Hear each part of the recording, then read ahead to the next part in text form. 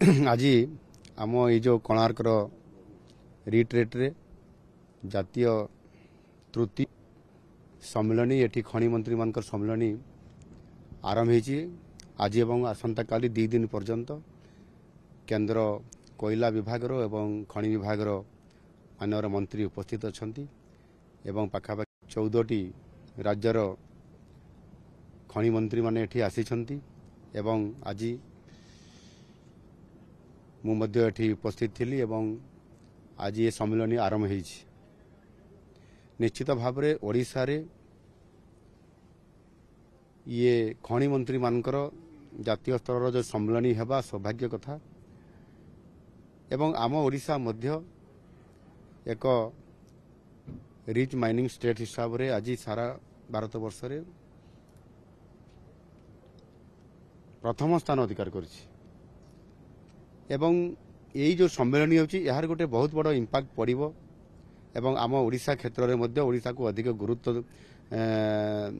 केंद्र दौरान और ताहार फलस्वरूप ही ओडिशा रे ये सम्मेलन मध्य करा जाउछि एनु निश्चित भाव में आगामी दिन में आम ओडिशा रे मध्य खनि अधिक भाव में किभଳି भाव में यह कार्यकारी हो पारिबो एवं ताहार विभिन्न प्रकार खनि को आधार करिकरी जो आमर रेवेन्यू जनरेट होउची एवं इंडस्ट्री ता द्वारा आसीबार जो गोटे रास्ता प्रशस्त होउची ता निश्चित भाव में यार गोटे बहुत बड़ इंपैक्ट पड़िबो एवं विशेष करिकि जेहेतु केंद्र सरकार द्वारा खनि मंत्री मानकर ये जो सम्मेलन यार बहुत बड़ इंपैक्ट पड़िबो एवं इन्वेस्टर्स माने निश्चित भाव में आकर्षित कर आसिबे एवं एथिरे मध्य आज कुहागला निजे केंद्र कोयला एवं खनि मंत्री एथिरे निजे तांकर अभिभाषण रे मध्य रखिले जे सबुठारु रिचेस्ट माइनिंग स्टेट होउची ओडिशा आउ एठी मध्य अधिक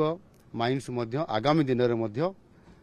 पुणी ऑक्शन हेकी यह कार्यकारी हेबा पाई मध्य प्रस्तुत होउची ओडिशा बोली तांकर जो अभिभाषण रखिबा एवं ताहा मध्य सत्य कथा जे आगामी दिन में मध्य आमे अधिक माइन्स आगामी दिन में ऑक्शन माध्यम रे खोलिया पे चाहूँ जहा द्वारा इन्वेस्टर्स माने अधिक आसीबे एवं एटी इन्वेस्टमेंट अधिक हबो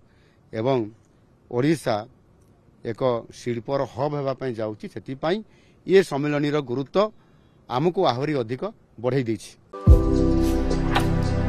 भारतर एकमात्र परीक्षित बायोसार पृथ्वी प्रो माटी को रखे सुस्थ दिए नुआ जीवन धान पनीपरिबा और डाली जातीय फसल पाई लाभदायक अमल बढ़ाए रोग कमाए आज ही जमी रे प्रयोग करंतु जोगाजोग पाई 9937054201 नंबर को डायल करंतु। आम सह जोड़ी हेबा पाई आमको लाइक फॉलो और सब्सक्राइब करंतु। अधिक अपडेट पाई विजिट करंतु आम वेबसाइट thequiver.in।